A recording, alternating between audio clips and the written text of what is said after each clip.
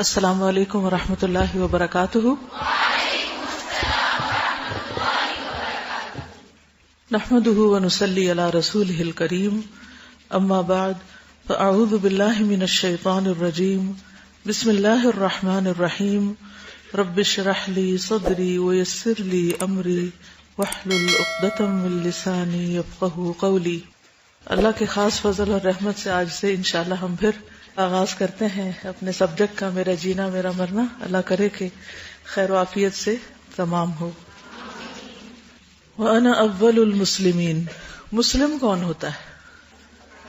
جو اپنا آپ اپنے رب کے حوالے کر دے، رب کا جو بھی فیصلہ ہو اس کے بارے میں وہ اسے خوش دلی سے قبول کرے، کیونکہ اللہ اپنے بندوں پر مہربان ہے، وہ ان پر ظلم نہیں کرتا۔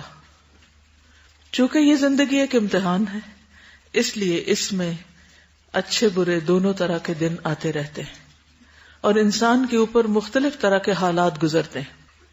انسان صحت اور بیماری کے بیچ میں رہتا ہے، کبھی بہت طاقتور اور ینگ، انرجیٹک اور بہت وائبرنٹ محسوس کرتا ہے اپنے آپ کو، اور کبھی افسردہ، مرجھایا ہوا، تھکا ہوا یا کسی درد اور تکلیف کے ساتھ۔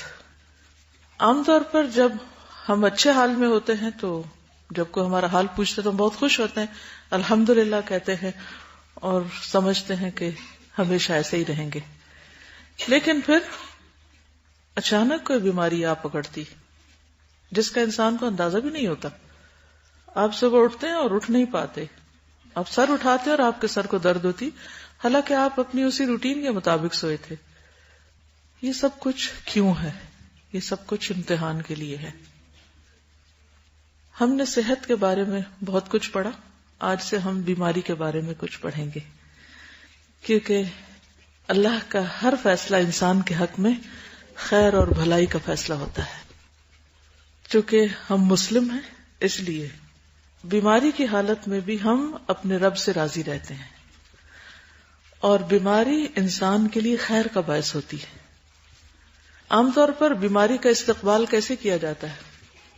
ناشکری کے الفاظ بول کر، ہائے ہائے کر کے، اور ہر ایک کے ساتھ شکوہ کر کے۔ اور عام طور پر آپ دیکھیں گے، اپنا جائزہ لے کر ہم سب دیکھیں، اگر ہمیں تھوڑا سا بھی کچھ ہو رہا ہے نا، اگر ہمیں معمولی سی بھی کوئی تکلیف پہنچتی ہے تو ہم فرض سمجھتے ہیں کہ اس کا ذکر کسی سے ضرور کریں، ہے نا؟ آج میرے سر میں درد ہے، آج میری کمر میں درد ہے، آج مجھے بہت تھکاوٹ ہو رہی ہے، آج بوریت سی ہو رہی ہے، آج دل نہیں لگ رہا، آج پتہ نہیں کیا ہونے والا ہے، آج کچھ نہ کچھ ہمیں بولنا ہی ہوتا ہے۔ نعمتوں کا بھی ذکر کرتے ہیں، لیکن اس سے زیادہ ہم کس کا ذکر کرتے ہیں؟ تکلیفوں کا، بیماری کا، پریشانی کا۔ اور جب بیماری آتی ہے تو عام طور پر ساتھ ہی مایوسی بھی آ جاتی ہے۔ کیا سوچتے ہیں آپ؟ کیا خیال آتا ہے دن میں؟ کبھی ٹھیک نہیں ہوں گے، کیا پتہ مر ہی جائیں، پتہ نہیں کس نے لگا دی مجھے، کس سے لگ گئی، ایسا ہوا کیوں، وغیرہ وغیرہ، بہت ساری چیزیں۔ کم ہی یہ سوچتے ہیں کہ اللہ نے میرے حق میں کوئی بہتر فیصلہ کیا ہے۔ بعض اوقات معمولی سی تکلیف ہوتی ہے، آپ ڈاکٹر کے پاس جاتے ہیں، وہ آپ کو ایک اور ٹیسٹ لکھ کے دیتا ہے، اور وہ ٹیسٹ آپ کے لیے ایک بریکنگ نیوز کی طرح ہوتا ہے، ایک شاکنگ چیز ہوتی ہے، اور آپ ایک دم اس کے آگے سرنڈر کر جاتے ہیں۔ یہ کیا ہو گیا؟ اب تو پتہ نہیں کیا ہوگا، اب تو مرنے کے دن آ گئے، میرے ساتھ اچھا نہیں ہوا، میرے بچوں کا کیا ہوگا، شوہر کا کیا ہوگا، اس گھر کا کیا ہوگا، میرے کام کا کیا ہوگا، جاب کا کیا ہوگا، فلاں کا کیا ہوگا، فلاں کا کیا ہوگا۔ ٹھیک ہے، نیچرل ہے، بالکل انسان بہت سی چیزیں سوچتا ہے اور سوچنا چاہیے، اور یہ بیماری کے بغیر بھی سوچنا چاہیے، کیونکہ مرنا تو ہے ہم سب نے ایک دن۔ لیکن اس وقت ہم ایک منفی انداز میں سوچتے ہیں، جبکہ بیماری سے پہلے اگر ہم سوچیں تو مثبت انداز میں سوچیں گے، بہتر پلاننگ کر سکیں گے، کیونکہ ہمارے جانے کے بعد دنیا کا نظام پرفیکٹلی چلتا رہے گا، اس میں فرق نہیں آنا، یہ ہمیں یاد رکھنا چاہیے۔ ہم اپنے آپ کو انڈسپینسیبل نہ سمجھیں کہ سب کچھ ہماری وجہ سے ہی ہوتا ہے، لیکن ہم اپنا رول پلے کر رہے ہیں اور کرتے رہنا ہے انشاءاللہ۔ آزمائش کا آنا تو برحق آئے گی، اور یہ کوئی بہت بڑی بات نہیں۔ چاہے وہ بیماری کی شکل میں ہے یا کسی اور شکل میں. اہم بات کیا ہے کہ ہمارا ریئیکشن کیا ہے. ٹھیک ہے، مسائل تو سب کو پیش آتے ہیں. دنیا میں آپ ڈھونڈے سے بھی ایک ایسا شخص نہیں ڈھونڈ سکتے کہ جس کو کوئی مسئلہ نہ ہو. سروے کر لیجئے، 1000 لوگوں سے سوال کر لیجئے اور ان سے پوچھئے کہ کیا آپ کی زندگی میں کوئی مسئلہ ہے، کوئی پریشانی، کوئی دکھ، کوئی تکلیف، کوئی غم، کوئی رنج، کوئی ناپسندیدہ چیز. ایک بھی ایسا شخص نہیں ملے گا جو اس سے خالی ہو. سب کے ساتھ ہے. لیکن ایسا کیوں لگتا ہے کہ کچھ لوگ انتہائی پریشان اور ڈپریسڈ نظر آتے ہیں جبکہ کچھ لوگ مطمئن بھی نظر آتے ہیں، اور کچھ لوگ بہت ساری تکلیفوں کے باوجود خوش بھی نظر آتے ہیں. اور 3 طرح کے ریئیکشن، یا اس سے زیادہ بھی آپ گریڈنگ کر سکتے ہیں، لیکن عموماً کچھ لوگ انتہائی مایوس تکلیف آنے پر، کچھ لوگ اوکے اس کے ساتھ نبھانا ہے بس ٹھیک ہے، اور کچھ لوگ شکر گزار. اب اس میں افضل درجہ تو شکر گزار ہونے کا ہی ہے، لیکن وہ کیسے ہو؟ وہ صرف اس صورت میں ہو سکتے ہیں جب ہمیں پتا ہو کہ یہ ہمارے ساتھ ہو کیا رہا ہے. اللہ سبحانہ وتعالیٰ کا یہ کون سا قانون ہے جس کے مطابق ہمارے ساتھ یہ سب کچھ ہو رہا ہے، اور اس میں مجھے کس طرح ریئیکٹ کرنا ہے تاکہ میں اس پر وہ اجر کما سکوں، وہ رضا حاصل کر سکوں جس کے لیے اللہ نے یہ ٹیسٹ بھیجا ہے. تو اس کے لیے ہمیں پھر علم حاصل کرنے کی ضرورت ہے، جاننے کی ضرورت ہے. تو آج کا ٹاپک ہوگا کہ بیماری میں مومن کا رویہ. بیماری خیر کا باعث. بیماری خیر کا باعث. شاید پہلی دفعہ یہ آپ سن رہے ہیں اور ہو سکتا ہے کہ کنٹراڈکٹ بھی کریں کہ یہ کیسے خیر. صحیح بخاری میں آتا ہے رسول اللہ صلی اللہ علیہ وسلم نے فرمایا من یرید اللہ بہ خیرا یصب منہ. اللہ تعالیٰ جس کے ساتھ بھلائی کا ارادہ کرتا ہے اس کو مصیبت میں مبتلا کر دیتا ہے. کوئی تکلیف سوچیے، کوئی مصیبت سوچیے، کوئی غم، کوئی رنج، اور اس کو کیا سمجھیے کہ اللہ نے یہ میرے لیے بھلائی کا ارادہ کیا ہے. اللہ تعالیٰ مجھے اس کے ذریعے کچھ سکھانا چاہتا ہے. اللہ تعالیٰ اس کے ذریعے میرے گناہ دھونا چاہتا ہے. اللہ تعالیٰ مجھے اس کے ذریعے اپنا قرب دینا چاہتا ہے. اور باقی احادیث سے بھی آپ سوچئے کہ کیا کیا فائدے ہیں بیماری کے. تو اس کا کیا مطلب بیماری مانگنا شروع کر دیں؟ عافیت ہی مانگیں. لیکن بہت دفعہ ایسا ہوتا ہے کہ عافیت مانگنے کے باوجود بیماری آ جاتی، تکلیف آ جاتی. تو پھر the most important factor is کہ ہاؤ ڈو وی ریئیکٹ، ہم کیا کرتے ہیں. رسول اللہ صلی اللہ علیہ وسلم نے فرمایا اللہ جب کسی بندے سے بھلائی کا ارادہ فرماتا ہے تو اس کے گناہوں کی سزا بریکٹ میں لکھ لیجئے کیونکہ حدیث کے الفاظ میں نہیں، تو اس کو دنیا میں دینے کی جلدی کرتا ہے، یعنی گناہوں کی سزا جلد دینا چاہتا ہے. اور اگر کسی کے ساتھ شر کا ارادہ کرتا ہے تو اس کے گناہوں کی سزا مؤخر کر دیتا ہے، ڈیلے کر دیتا ہے آخر تک، حتیٰ کہ قیامت کے دن اس کو پورا پورا بدلہ دے گا. یہ سنن ترمذی کی روایت ہے 2396، اس کا نمبر ہے، خود بھی چیک کر لیجئے. اللہ تعالیٰ کی مریض سے قربت، یعنی بیماری اللہ سے قرب کا ذریعہ ہے. رسول اللہ صلی اللہ علیہ وسلم نے فرمایا اللہ عز و جل قیامت کے دن فرمائیں گے اے ابن آدم میں بیمار ہوا اور تو نے میری عیادت نہیں کی. وہ کہے گا اے میرے رب میں تیری عیادت کیسے کرتا حالانکہ تو رب العالمین ہے. اللہ تعالیٰ فرمائیں گے کیا تو نہیں جانتا کہ میرا فلاں بندہ بیمار تھا اور تو نے اس کی عیادت نہیں کی؟ کیا تو نہیں جانتا کہ اگر تو اس کی عیادت کرتا تو مجھے اس کے پاس پاتا؟ تو اس سے کیا پتہ چلتا ہے؟ اس حدیث کو عام طور پر ہم کہاں کوٹ کرتے ہیں، کس سینس میں؟ عیادت میں، اور یہ کہ جو عیادت کے لیے جائے اس کے لیے اجر ہے اور وہ اللہ کو وہاں پائے گا. تو صرف جانے والا پائے گا یا جو مسلسل بیمار ہے وہ بھی پائے گا؟ مجھے اس کے قریب پاتا. اور یہ ایک حقیقت ہے نا، جب انسان پہ کوئی تکلیف آتی ہے تو انسان اللہ سبحانہ وتعالیٰ کو اور زیادہ قریب پاتا ہے اور زیادہ پکارتا ہے. مومن کا یہ حال ہوتا ہے. یوں نہیں لگتا کہ جیسے دعاؤں میں شدت بڑھ گئی، رقت بڑھ گئی، خشوع بڑھ گیا، اور اللہ سبحانہ وتعالیٰ سے سرگوشیاں بڑھ گئیں، اور یوں یقین ہونے لگا کہ جیسے وہ سن رہا ہے اور وہ قریب ہی ہے. اذا سألک عبادی عنی فانی قریب. کب؟ اجیب دعوت الداعی اذا دعان. پکارنے والے کی پکار کا میں جواب دیتا ہوں، جب وہ مجھے پکارتا ہے میں قریب ہوتا ہوں.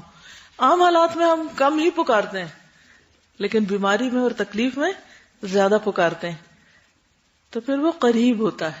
واقعی بیمار کو بھی اور عیادت کرنے والے کو بھی وہ قرب نصیب ہوتا ہے. پھر ہم دیکھتے ہیں کہ انبیاء علیہ السلام جو اللہ تعالیٰ کے مقرب ترین بندے تھے، ان کو اللہ تعالیٰ نے عام بندوں کی نسبت زیادہ آزمایا.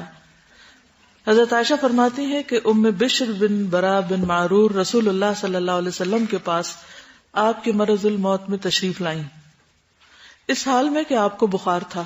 اس نے آپ کو چھوا تو کہا جتنا شدید بخار آپ کو ہے اتنا بخار تو میری نظر میں کسی کو بھی نہیں ہوا، یعنی اتنا سخت بخار تو میں نے کسی کو دیکھا ہی نہیں، محسوس ہی نہیں کیا. تو رسول اللہ صلی اللہ علیہ وسلم نے فرمایا جس طرح ہمیں اجر زیادہ ہوتا ہے اسی طرح ہماری آزمائشیں بھی زیادہ ہوتی ہیں. یہ سلسلہ صحیحہ کی حدیث ہے 2047. حضرت عائشہ فرماتی ہے کہ میں نے رسول اللہ صلی اللہ علیہ وسلم سے زیادہ تکلیف کسی اور میں نہیں دیکھی، حالانکہ آپ اللہ کے محبوب تھے. تو اس سے کیا پتہ چلتا ہے کہ اللہ سبحانہ وتعالی جس بندے سے محبت کرتا ہے اس کو آزمائش میں مبتلا کرتا ہے، اور اگر وہ آزمائش بڑی ہو تو سمجھے کہ محبت اور بھی زیادہ ہے. ہمارا رویہ اس کے برعکس ہوتا ہے، ہماری سوچ اس سے مختلف ہوتی ہے. کیسے؟ میں ہی کیوں، میری کیا غلطی تھی؟ میری ایج فیلوز کو تو ایسی کوئی بیماری نہیں ہوئی، ان کے ساتھ تو یہ مسئلہ نہیں ہے، میرے ساتھ کیوں ہو گیا؟ اور میرے ساتھ بڑا ظلم ہوا ہے، نعوذ باللہ. اور لوگوں کا بھی رویہ بڑا عجیب ہوتا ہے، جب وہ کسی کو کسی دکھ میں، تکلیف، بیماری میں مبتلا دیکھتے ہیں تو کیا کہتے ہیں؟ ضرور اس نے کوئی گناہ کیا ہوگا. جی، ہم فوراً بدگمان ہونے لگتے ہیں کہ اللہ تعالیٰ کو مجھ سے پیار نہیں، اسی لیے تو مجھے مصیبت میں ڈالا ہے. ہاں، ہم نے دعائیں کی، وظیفے کیے، کیا فائدہ ہوا اتنا ذکر کرنے کا، قرآن پڑھنے کا، اگر اینڈ میں اسی بیماری میں ہی مبتلا ہونا تھا. ہاں، ہم مسلمان ہو کے اتنے مسئلوں کا شکار ہیں، اور جو مسلمان نہیں ہو تو ہٹے کٹے صحت مند بھاگتے دوڑتے پھر رہے ہیں. بس زندگی ختم ہو گئی اب تو. چلیے، صحیح بخاری کی روایت ہے، عبداللہ کہتے ہیں کہ میں رسول اللہ صلی اللہ علیہ وسلم کی خدمت میں حاضر ہوا. اس وقت آپ تیز بخار میں تھے. میں نے عرض کیا یا رسول اللہ، آپ کو تیز بخار ہے؟ آپ نے فرمایا ہاں، مجھے تم میں سے 2 آدمیوں کے برابر بخار ہے، 2 گنا. میں نے عرض کیا کہ یہ اس سبب سے کہ آپ کو اجر دوہرا ملے گا. آپ نے فرمایا یہی بات ہے. اب دیکھیں صحابہ کی بھی کیسی تربیت ہو چکی تھی. انہوں نے کہا کہ آپ کو زیادہ بخار ہے تو خود ہی نتیجہ نکالیے کہ اجر بھی تو زیادہ ہے آپ کا. تو اس سے کیا پتہ چلتا ہے کہ جس کی تکلیف بڑی ہے اس کا اجر بھی زیادہ ہے. اور بڑا ریوارڈ یا بڑا انعام پانے کے لیے عام طور پر آپ دیکھیں کہ لوگ کیسی کیسی محنت کرتے ہیں. مثلاً اگر حسن قرات کا مقابلہ ہو اور آپ فرسٹ آنا چاہیں اور آپ کا یہ ہم و غم ہو کہ مجھے نمبر 1 انعام ملنا چاہیے، تو پھر کیا آپ کی ایفرٹ اتنی ہوگی یا مشقت یا تکلیف جتنی ایک ایوریج پرسن کی ہے؟ اور وہ کچھ نہ کر کے یہ امید رکھے کہ میں اول آ جاؤں گا. نہیں ہے نا. لوگ ٹاپ پہ پہنچنے کے لیے ہر طرح کی مشقتیں اٹھاتے ہیں. پھر انبیاء کے بعد نیک لوگوں کی آزمائش، جو جتنا نیک ہوتا ہے اتنی اس کی آزمائش ہوتی ہے. سعید ترغیب و ترہیب میں ہے، ابو سعید کہتے ہیں میں نے کہا اللہ کے رسول صلی اللہ علیہ وسلم، لوگوں میں آزمائش کے لحاظ سے سخت کون ہے؟ فرمایا انبیاء. میں نے عرض کیا پھر کون؟ آپ نے فرمایا علماء. میں نے عرض کیا پھر کون؟ آپ نے فرمایا نیک لوگ. ان میں سے کسی کو جوؤں سے آزمایا جاتا یہاں تک کہ وہ اسے قتل کر دیتی، یعنی بعض اوقات انسان کے جسم میں کوئی کیڑے پڑ سکتے ہیں. کسی کو فقر سے آزمایا جاتا یہاں تک کہ وہ چھوٹی سی قمیض کے سوا کچھ نہ پاتا. یعنی ہر ایک کی آزمائش کا رنگ مختلف ہوتا ہے. ہم صرف اسی چیز میں کمپیئر کرنے لگتے ہیں جو ہمیں ہوتی ہے اور ہم پہ ڈھونڈتے ہیں اور کس کو ہماری طرح، اور کسی کو بھی نہیں ہوتی وہ. چنانچہ وہ اسے ہی پہن لیتا ہے، یعنی بس ایک ہی کپڑا وہی پہنے جا رہا ہے بار بار.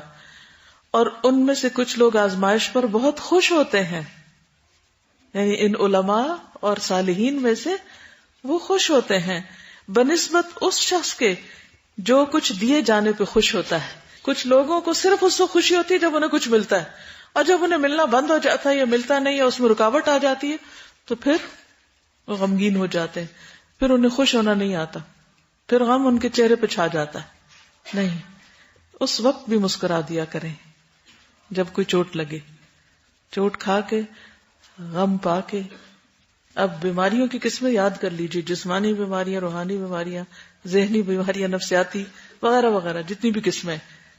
یعنی اس سے مراد ضروری ہے کہ صرف کوئی جسمانی بیماری ہو. یہاں پر آپ دیکھیے کسی کو جوئیں پڑ گئی اور کسی کو کپڑے نہیں ملے، ہر ایک کا فرق. پھر اسی طرح مومن پہ ہمیشہ کوئی نہ کوئی آزمائش ضرور رہتی ہے، یہ بھی یاد رکھیے. کیونکہ بعض لوگ جب تھک جاتے ہیں وہ کہتے ہیں یا اللہ کب ختم ہوگی یہ اندھیری رات. ایک مشکل ختم نہیں ہوتی ایک اور آ جاتی، ایک ختم نہیں ہوتی ایک اور آ جاتی. یہ تو مومن کی شان ہے. تو ساری زندگی ٹیسٹ ہو رہا ہے، ساری زندگی وہ تپایا جا رہا ہے حتیٰ کہ خالص سونا بن کے نکلے. اتنی سی بھی کھوٹ اور ملاوٹ رہ گئی تو اس کو اگر مرنے سے پہلے دھو دیا گیا تو وہ خوش قسمتی ہے انسان کی.